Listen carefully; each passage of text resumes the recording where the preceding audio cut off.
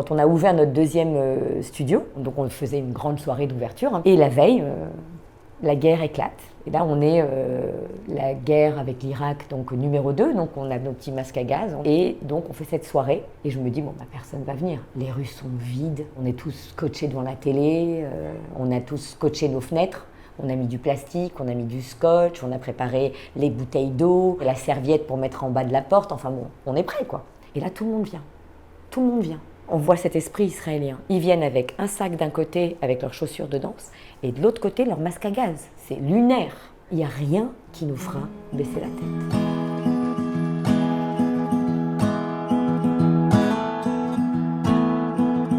Sophia Guérin, bonjour. Bonjour. Alors, merci de nous accueillir à Tel Aviv, une ville que vous habitez depuis très longtemps, que vous adorez. J'adore Tel Aviv. Ça fait 36 ans que je suis là. La première fois que j'avais découvert Israël, j'avais 8 ans. Je suis venue avec mes parents, donc je suis tombée amoureuse de ce pays et j'ai dit c'est ici que je vivrai. Mais comment on peut dire une chose pareille quand on est si jeune? Alors c'est très bizarre parce qu'à 8 ans je suis venue avec mes parents, on a fait le tour d'Israël avec un guide, enfin j'ai connu tous les lieux qu'on va tous voir la première fois. Et on m'a amenée à Jérusalem, d'abord au musée Yad Vashem, l'ancien, où des photos, bon, des moments très très durs, et pour une enfant de 8 ans, terrible. Et de là on m'a amenée au mur. Et au mur j'ai dit à ma mère, c'est ici que je vais vivre. Et elle m'a dit, bon, d'accord, 8 ans, hein, tu vois, à 8 ans, on ne prend pas une enfant au sérieux. Et j'ai dit à ma mère, mais alors tous les gens qui sont morts là-bas, pour moi ils étaient morts au musée bien sûr, qui sont morts là-bas, alors ils sont morts pour rien si on ne vient pas maintenant qu'on a un pays. Donc c'était une évidence pour moi.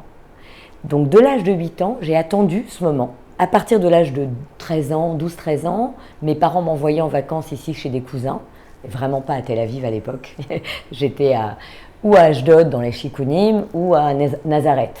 Donc vraiment pas du tout de Tel Aviv, pas de côté glamour du tout, ni de plage, ni rien du tout.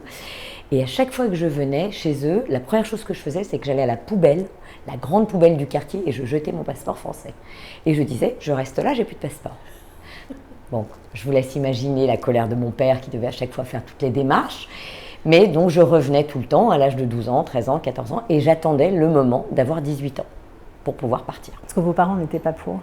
Absolument pas. Ils ont toujours été très sionistes, ils ont adoré Israël, mais d'abord une fille, enfin chez nous, une fille, ça s'en va quand ça se marie. Donc mon père m'a dit, bah, c'est bien, le jour où tu te marieras, bah, tu pourras partir et tu pourras partir en Israël si tu veux, avec ton mari. Et donc moi, à 18 ans et un jour, je ne me suis pas mariée, mais je suis allée à la Jour juive. Et là, j'ai fait toutes mes démarches et je me suis inscrite pour commencer l'année le 4 août à la Mechina, à l'université de Tel Aviv. Pourquoi Tel Aviv justement? Parce que vous ne connaissiez pas la ville, vous ne connaissiez pas du tout. Alors non, je ne connaissais pas la ville, mais quand je suis arrivée à la Jour juive, on m'a dit tous les Français vont à Jérusalem. Donc j'ai dit, bah, donc moi je vais à Tel Aviv. Parce que je ne voulais absolument pas être dans ce côté communautaire, ce côté français. Je voulais m'intégrer. Je voulais rentrer dans cette société israélienne. Donc quand j'ai compris qu'il n'y avait personne qui allait venir à l'université de Tel Aviv, je me suis dit, bah, c'est là que je dois être. La première année, c'était la plus belle année de ma vie. Je me suis retrouvée dans les dorms, donc dans les méonotes, d'une pourriture sans nom, mais vraiment, pas de clim, des cafards d'à peu près de cette taille. Je ne savais pas que ça existait, maintenant je les connais bien. On était 8 filles par appartement. Moi, j'avais eu toujours ma chambre, ma salle de bain, enfin bon, le truc bien, la petite parisienne, voilà, gâtée. Et je me suis retrouvée avec des gens du monde entier.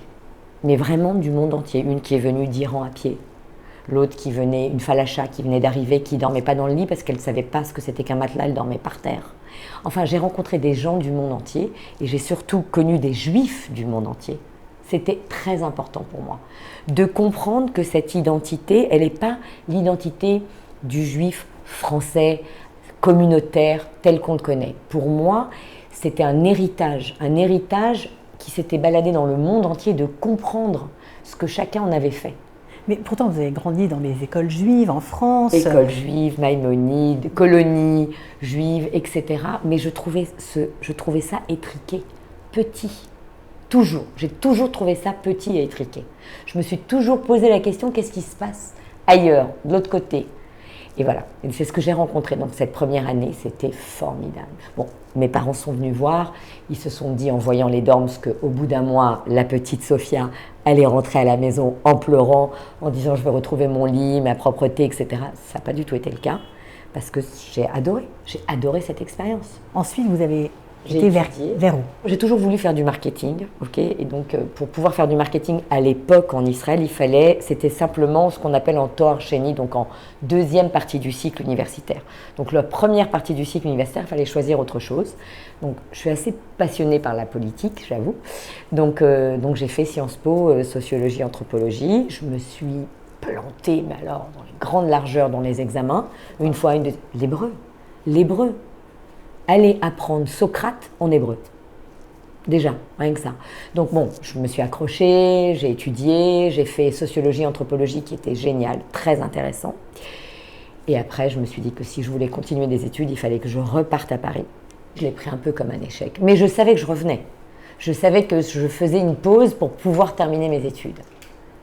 Donc je me suis dit, je l'ai pris un peu comme une aventure. Je me suis dit, bon, ok.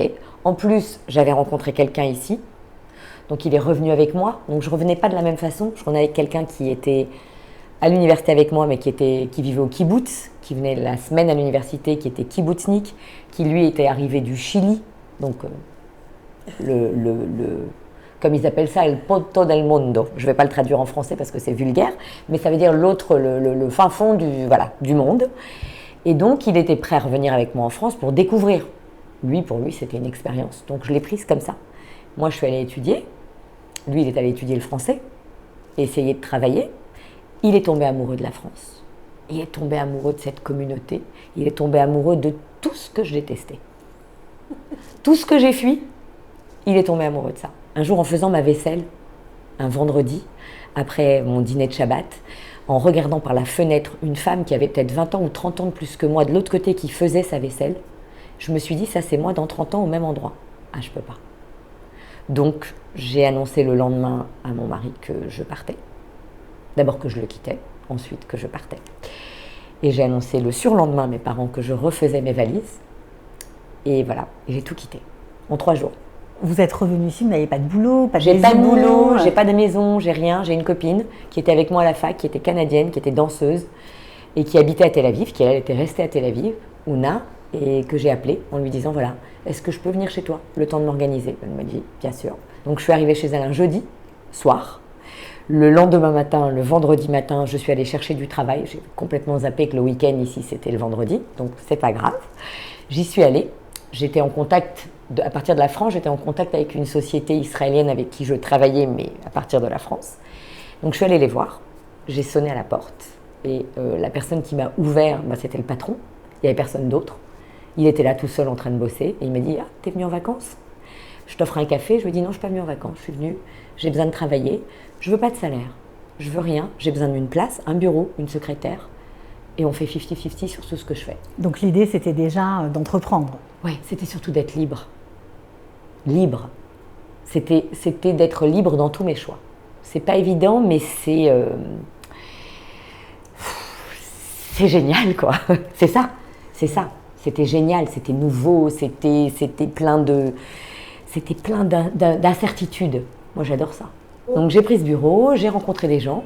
D'ailleurs, une des personnes que j'ai rencontrées qui était à côté de moi, qui était russe, de Moscou, est devenue une de mes meilleures amies jusqu'à aujourd'hui. Et j'ai commencé à parler avec les gens, me renseigner. Et je suis allée voir des entreprises et je me suis mise à faire, c'est-à-dire du marketing. J'ai compris que je ne comprenais rien à la société israélienne, que mon diplôme de marketing et de communication parisien, il ne me servait à rien pour le moment. Et donc, je me suis dit, ok, c'est quoi mon atout? Mon atout, c'est de connaître la France, c'est de connaître l'Europe, c'est d'avoir la langue. Et c'est de proposer mes services à des entreprises qui veulent exporter ou importer des produits venant d'Europe, que je peux leur sourcer. Et c'est ce que j'ai fait. Je travaillais avec Supersol. J'ai sourcé pour la première semaine de France ou les produits français dans toute la chaîne de supermarchés. J'ai travaillé avec une entreprise qui voulait faire de l'export, qui est passée d'une toute petite, on va dire, bet melacha, comme on dit, ça veut dire vraiment un petit studio de fabrication à une usine. Je les ai accompagnés sur ça. Au milieu de tout ça, comme à 4h ou 5h, le bureau s'arrêtait. Moi, j'ai 28 ans. J'ai de l'énergie à en revendre, je suis toute seule. Donc j'ai envie de faire plein de choses et surtout j'ai envie de connaître la société israélienne. Donc j'ai un copain sud-africain qui étudiait avec moi à l'université, qui lui avait entre-temps ouvert des chaînes de magasins en Israël et qui me dit il y a un magasin rue Schenkin, c'est ma concurrence, il vend, je veux le racheter, est-ce que tu le prends avec moi? Je connais rien aux fringues, j'ai jamais tenu une boutique, j'ai jamais travaillé dans une boutique. Bon, ok, on y va, banco. Qu'est-ce qui peut m'arriver? Apprendre. Donc voilà, donc c'est ce que je fais. Et après le bureau, tous les jours, je me déguise, parce que c'était un truc de streetwear pour les jeunes. Je me déguise, je change ma petite tenue tailleur pour un gros jean et des grosses baskets, un t-shirt, paire de lunettes sur les cheveux, etc. Et je vais bosser dans la boutique tous les jours. Et là, je rencontre le client israélien.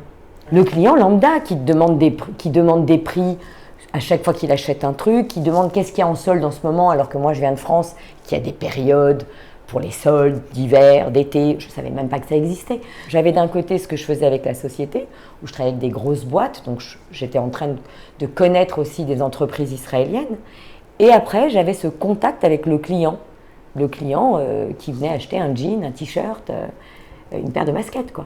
Et puis, un jour, je vais à une soirée et je rencontre mon mari numéro 2, qui lui est danseur. Danseur de danse de salon, un Israélien, pur, dur, bien. Danse de salon, c'est valse, foxtrot, tango, cha-cha, samba, rumba, merengue, tout ce qui est latin, tout ce qui est classique. Et donc, il travaillait dans un studio qu'il avait monté avec sa sœur, mais il travaillait chez elle et son rêve, c'était d'ouvrir son propre studio, d'avoir une licence de la plus grande école de danse de salon dans le monde, qui est une école américaine. Donc moi, comme j'adore les projets, je dis qu'est-ce qu'il faut faire pour ça? Et donc il m'explique que pour pouvoir ouvrir son propre studio, il faut avoir une licence et que Israël, le territoire d'Israël dépend du Canada, parce que c'était comme ça. Et donc il faut aller faire une formation et de danse et de business, c'est-à-dire le modèle du business de ce studio. Donc me voilà partie à vendre ma boutique, mes 50%, que je revends à mon associé de l'époque, et je pars donc avec lui au Canada. Je dis, bah, allons-y. Donc on part au Canada, à Montréal. Il fait moins 30 quand ici il fait plus 20, donc choc thermique, mais bon, c'est pas grave. Et là, on va faire une formation. Donc de midi à minuit, je fais formation business et après formation danse. Pour pouvoir ouvrir un studio de danse, il faut être prof. En tout cas, premier niveau. Donc je deviens prof de danse. Premier niveau? Premier niveau. De toutes les danses, et hommes et femmes, rôle de l'homme et rôle de la femme. Donc très rigolo, assez compliqué à comprendre. Je préfère être la femme que l'homme dans la danse, comme toujours. Et donc voilà, donc j'apprends le business, j'apprends modèle extraordinaire d'un point de vue marketing. Pour moi, c'était fabuleux, c'était encore comme une université. Et j'apprends la danse, et on revient et on ouvre notre premier studio à Mevaseret Sion, dans le Canyon. Très loin de Tel Aviv pour le coup, pour démarrer. En se disant que comme sa sœur avait un studio à Ramat HaSharon, le but n'était pas d'être proche, de prendre les mêmes clients, on fait partie de la même chaîne, donc on commence par Mevaseret Sion. Et là, mon esprit à moi marketing qui veut toujours chercher comment on va se différencier, parce que c'est ça le marketing, comment faire la différence sur un marché, je fais une petite étude et je me rends compte qu'il y a un prix, on va dire, moyen sur le marché du cours privé de danse, qui est de à peu près 180, à l'époque, il y a 22 ans de ça, 180 shekels le cours privé d'une heure. Et donc je décide de dire, on va être multiplié par deux. Multiplié par deux parce qu'on ne va pas avoir tout le monde et on va avoir une clientèle bien spécifique. On m'a surtout dit que j'étais folle, que j'avais rien compris, qu'on n'était pas en Amérique ici. Enfin, j'ai dit ok, c'est un pari c'est un pari. Un pari, ça se tente. Et donc voilà, on a tenté le pari. Donc bien sûr que pour pouvoir faire ça, il faut faire un marketing et une communication adéquate. Donc je prends à l'époque le plus gros RP, relations presse de Jérusalem. Je décide de faire une grosse soirée de lancement en invitant tous les ambassadeurs, les personnalités. Tout le gratin. Tout le gratin. On fait venir la télé, on a la télé et on se trouve avec 10 minutes aux infos. Le truc qui marche, les infos, 10 minutes, et là on cartonne. Et là, on cartonne. Là, on n'a plus le temps de répondre au téléphone pour les premiers cours d'essai. Et on est booké pour 5 mois. Extraordinaire. Extraordinaire. Un pari, mais c'était un pari extraordinaire. Et donc, on démarre. Et au bout d'1 an et demi, on ouvre le 2e studio. Et là, à Tel Aviv, cette fois-ci, sur l'avenue Rothschild. Ça se passe super bien. On va dans le monde entier. On fait des compétitions. On amène nos élèves faire des compétitions à Las Vegas, à Miami, à New York. Enfin voilà, moi-même j'organise ici des compétitions pour les élèves à l'hôtel David Intercontinental pendant 3 jours, caméra, tatata, numéro dans le dos, enfin le grand jeu quoi, le vrai jeu de la danse de salon. Entre-temps, mon mari de l'époque avance lui dans son niveau, entre prof, il devient juge et il passe donc son diplôme de juge international pour pouvoir aller juger des compétitions dans le monde. Et à ce moment-là, on fait beaucoup de télé. On fait des émissions télé comme Odetta, machin, on apprend, enfin, bref, on fait plein de RP. Et se présente le contrat de Danser avec les stars qui arrive en Israël. Donc ça, c'était génial.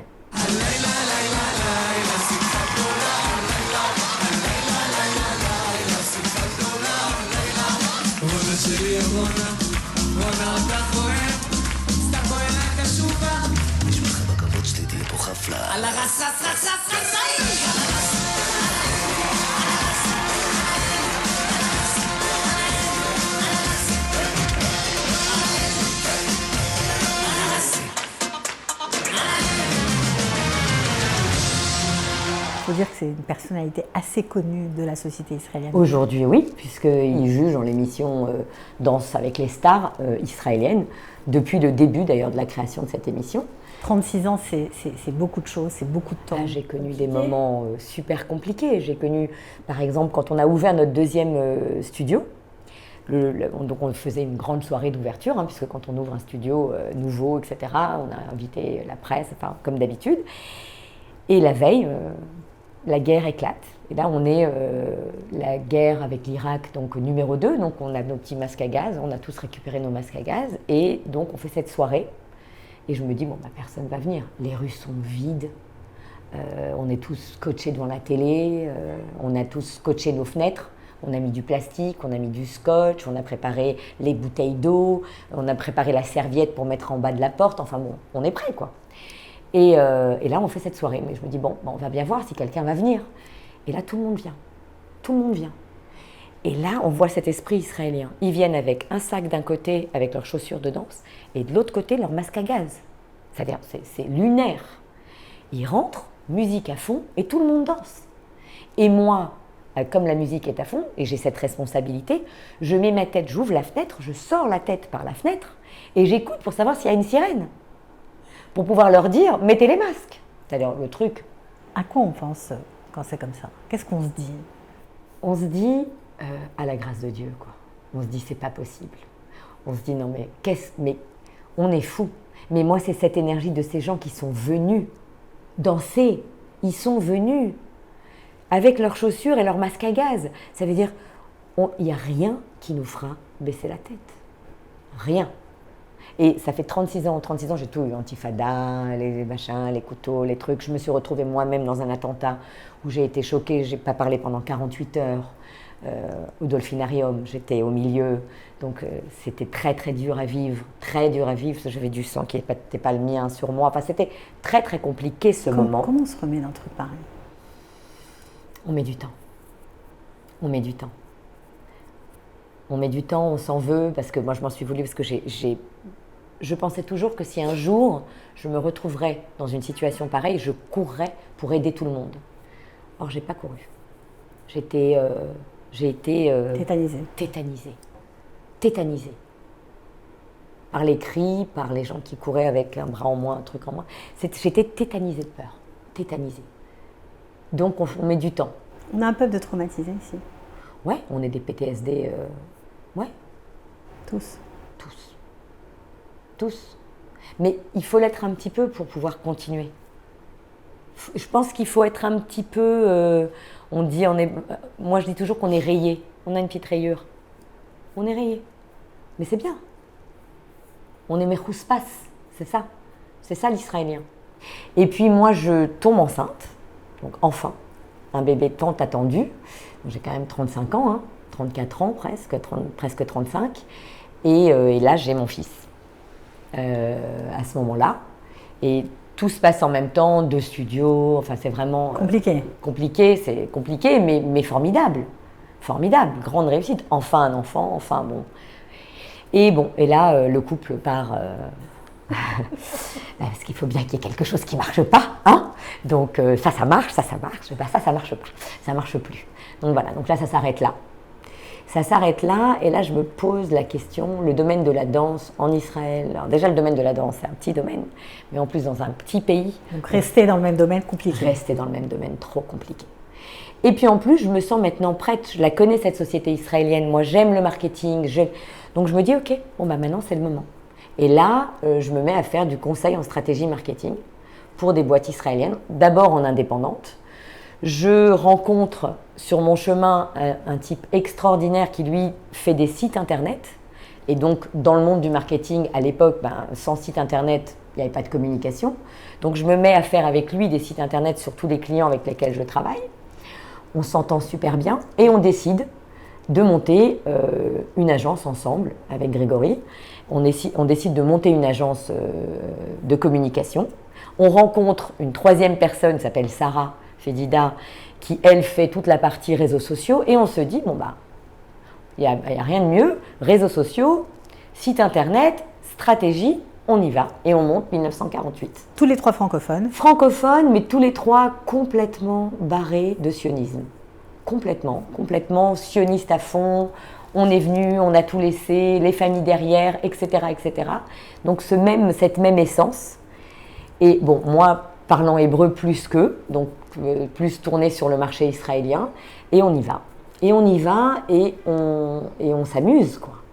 Et on s'éclate, et on commence à faire naturellement le pont entre des clients, des gens qui viennent d'Europe et qui veulent s'installer ou lancer un produit, lancer sur le marché israélien, parce qu'on le connaît bien, et qu'en même temps on connaît bien le marché français, donc on est capable de respecter leur ADN, leur identité, on est capable de ça. Et de l'autre côté, des clients israéliens, des entreprises israéliennes qui, elles, veulent parler à des gens qui parlent français en France ou ici, et où là, on a aussi cette capacité. Et donc voilà, et on se met à travailler comme des fous. Ça marche. Ça marche, on s'éclate, on arrive, on a des bureaux magnifiques, on grandit. Mais comme rien n'est jamais sûr en Israël, parce qu'il faut toujours des surprises dans ce pays. Moi, je dis toujours que de toute façon, on a un prix à payer pour être ici. On a un prix à payer pour être ici. On est la première, on va dire, génération, entre guillemets, enfin, nous, nos parents, qui avons ce srout que d'être sur la terre d'Israël. Parce que quand même, on a 2000 ans, plus de 2000 ans d'histoire de l'an prochain à Jérusalem, de gens qui étaient dans des ghettos, de gens qui étaient persécutés, de gens qui rêvaient d'une seule chose, c'est de pouvoir être un jour à Jérusalem. Nous, on l'est. Enfin, on est là, en tout cas en Israël. Moi, je suis à Tel Aviv, pas à Jérusalem, mais c'est pareil. Donc oui, bien sûr qu'il y a un prix à payer pour ça. Ça veut dire quoi, un prix à payer? Mais ça veut dire que c'est pas facile. Ça veut dire que c'est pas tout cuit. Ça veut dire que chaque jour, chaque matin, quand on se réveille, on se dit, il va y avoir une surprise. Bonne ou mauvaise? Bonne ou mauvaise. Mais ça fait partie du lot que d'être ici. Donc voilà, donc tout marche bien, génial, on s'éclate. Et Corona, comme pour tout le monde, surprise, personne ne s'y attendait, on ne sait pas à quoi s'attendre, ça va durer une semaine, ça va durer 2 semaines, ça va durer 2 mois, on n'en sait rien, tout s'arrête. Ça veut dire quoi, tout s'arrête? Tout s'arrête, plus aucun client français ne veut venir lancer son produit ou son idée sur un marché israélien, puisque de toute façon, personne ne vient, personne ne sort, et plus aucune société israélienne ne veut communiquer vers des gens qui ne peuvent pas venir. Donc on se retrouve avec rien, pratiquement rien. On ferme les bureaux, on envoie tout le monde à la maison, on ferme les bureaux et on dit on verra bien. On rend les clés, on déménage, on met tout en garde-meubles, on ne sait pas quoi faire. Et puis là, moi je me retrouve à être contactée, parce qu'on travaillait déjà avec des ministères, dans le cadre de notre travail, à être contactée et on me demande est-ce que je peux traduire la nuit, pour le lendemain matin, toutes les directives qui sortent durant le Corona pour le ministère des Finances, pour le ministère de la Santé, pour le Misrad Rosh HaMemshala. Tous les jours, dans les sites de chacun des ministères, il fallait dans toutes les langues informer la population. Donc c'est ce que je fais. C'est ce que je fais pendant tout le Corona. Je traduis. Corona se termine, on revient, on fait comment? On fait quoi? On recommence par quoi? Etc., etc. Et là, je me retrouve, encore une fois, avec une nouveauté. Qu'est-ce qu'on fait pour se réinventer, pour redémarrer? Donc, j'ai rencontré dans ma vie, il y a 5 ans, une personne formidable qui se trouve avoir des restaurants et qui, lui aussi, pendant tout le Corona, était fermé. On réouvre les restaurants. Et au moment où il réouvre son restaurant, donc le par derrière à Yafo, David me dit il faut reprendre en main toute la partie marketing, la partie événements, il faut refaire tout ça. Donc je prends ça en main. Et donc ça me permet d'avoir un job, quelque chose qui se passe, en attendant de faire redémarrer le reste. Et d'ailleurs, je me prends au jeu et j'adore. Et je me reprends à faire des événements qui ressemblent beaucoup à la danse. Ça veut dire recevoir des gens, leur organiser leur événement, leur dîner, pour célébrer un truc, pour faire la fête, pour passer un bon moment. Quand ils viennent au restaurant, ils passent un bon moment. Donc je retrouve ce côté...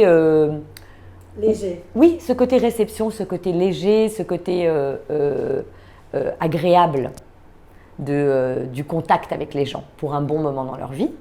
Et je me remets à me dire, ok, comment on relance cette partie marketing alors qu'il n'y a toujours pas de budget qui viennent de l'étranger. Il n'y a toujours pas trop de budget parce que tout le monde a souffert pour partir d'une société israélienne vers l'étranger. Et il y a un domaine que j'ai toujours aimé et que j'adore, c'est le domaine de la start-up.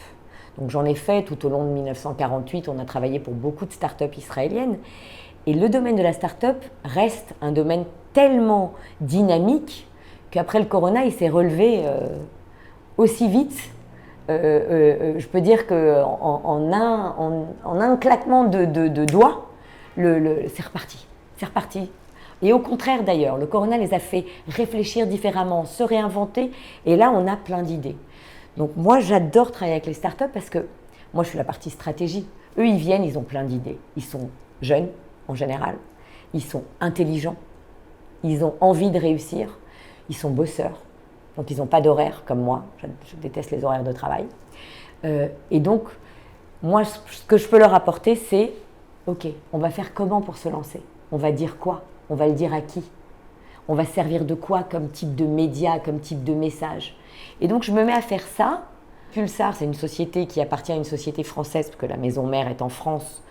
Ils connaissent bien le marché européen. Et on s'est dit, on se tient la main et on fait tout ensemble. Et on se retrouve à travailler ensemble sur des startups. Donc, pas de bureau. Pas de bureau. Les bureaux de plus Pulsar, légers. Beaucoup plus légers. Beaucoup plus légers. Je suis sur mon vélo. Mon ordinateur est sur mon dos. Je ressemble à une tortue. Je l'ai sur le dos. Et je me balade entre le restaurant, les bureaux de Pulsar, les clients. Et je travaille comme ça. Les startups adorent travailler dans les cafés. Ça me va très bien. Donc les cafés de Tel Aviv, je les connais bien. Certaines startups adorent travailler même à la plage. Ils réfléchissent mieux quand ils sont au bord de la mer. Ça me va très bien aussi. Donc voilà, ça paraît incroyable, mais c'est ça Israël. C'est ça que j'adore. C'est que les gens ne sont pas dans des cadres. Ils ne sont pas dans des boîtes. C'est que quand vous rencontrez quelqu'un, vous ne pouvez pas vous dire « Ah, celui-là, il est ça ». Jamais. On ne peut jamais savoir ni ce qu'il a été dans l'armée, ni ce qu'il fait dans la vie, ni s'il est riche, ni s'il est pauvre. On ne peut rien savoir. Ce qu'on a en face de nous, c'est une personne. Avec sa tête, avec son cœur, avec ses réactions. Mais c'est tout. Pas d'étiquette. À chaque fois que je retourne en France, et j'y vais souvent, même dans le cadre du travail, je suis effarée du côté étiquette qu'il y a. Je suis effarée des convenances. Je suis effarée de la réunionnite aiguë qu'ils ont. Ils font des réunions pour décider à la fin de la réunion qu'ils vont faire encore une réunion. Ils ne prennent pas de décision. Ils ont un mal fou avancé. C'est lourd. Il y a un manque, pour moi, il y a un manque de dynamisme énorme. J'ai 54 ans, je cours. Je cours vite pour les suivre, mais c'est ça que j'aime. C'est ça que j'adore. Il y a ici une énergie. Moi, je dis toujours qu'elle vient même dans le sol, que quand on se met pieds nus, on la sent. C'est quoi le moment le plus joyeux que tu as eu ici? Ça va faire très cliché, mais quand je vais dire Yom Ha'atzmaut et que je suis avec mon drapeau. Mais c'est ça. J'ai fait les 30 ans d'Israël, les 40 ans d'Israël, les 50 ans, les 60 ans, les 70 ans, et jusque-là. Donc c'est formidable. Moi, je suis arrivée à Tel Aviv, il y avait une seule tour, c'était Migdal Shalom. Une seule. Sur Sderot Yerushalayim, il n'y avait pas un lampadaire.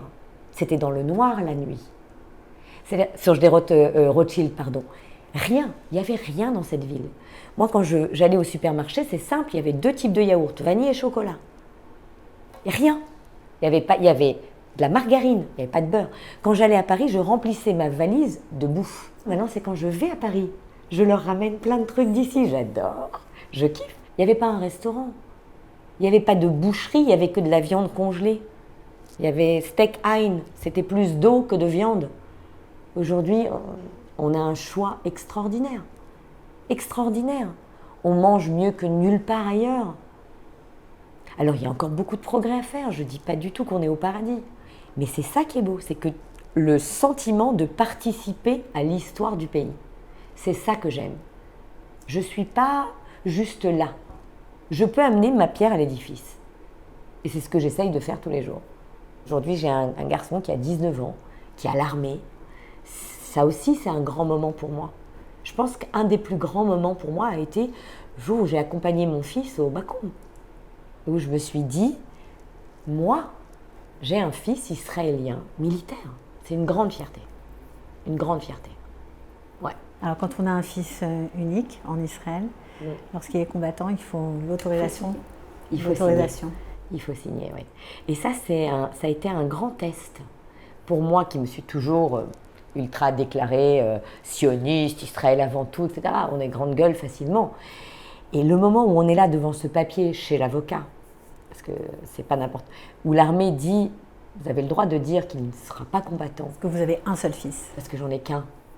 Et que donc, en tant que fils unique, la Torah a bien organisé les choses et l'armée respecte la Torah, de dire, on n'est pas obligé de l'envoyer au combat quand on n'en a qu'un. Mais quand il dit je veux y aller, et quand on se dit j'ai toujours élevé mon fils d'une façon sioniste, on va lui dire quoi? C'est les fils des autres qui vont aller se battre? Non. Ça ne peut pas être cohérent avec toute une éducation. Ça fait mal quand on signe, quand on dit oui? Ça fait peur. Ça fait peur. On s'imagine toujours le pire, mais moi j'ai confiance et je me dis ce qui doit arriver arrivera dans la vie. Mais c'est surtout un vrai test. Un vrai test, quand on prend son stylo et qu'on se dit « Allez, vas-y, sioniste, mais jusqu'où tu vas ?» On a le droit de dire « Ce n'est pas pour moi ». Je le respecte. Est-ce que tu sens que le fait d'avoir fait ces pas-là, tu as gagné, tu as gagné quelque chose, tu as changé? Mais j'ai tout gagné. J'ai tout gagné. Je peux voir la personne que je serais devenue si j'étais restée à Paris. Et je la déteste déjà. Ce bonheur que j'ai tous les matins en me réveillant ici, d'abord la lumière, le soleil, les gens, la langue, jusqu'à aujourd'hui quand je passe devant un écriteau d'une rue et que c'est écrit en hébreu, je me dis encore dans ma tête, tu l'as fait, t'es là.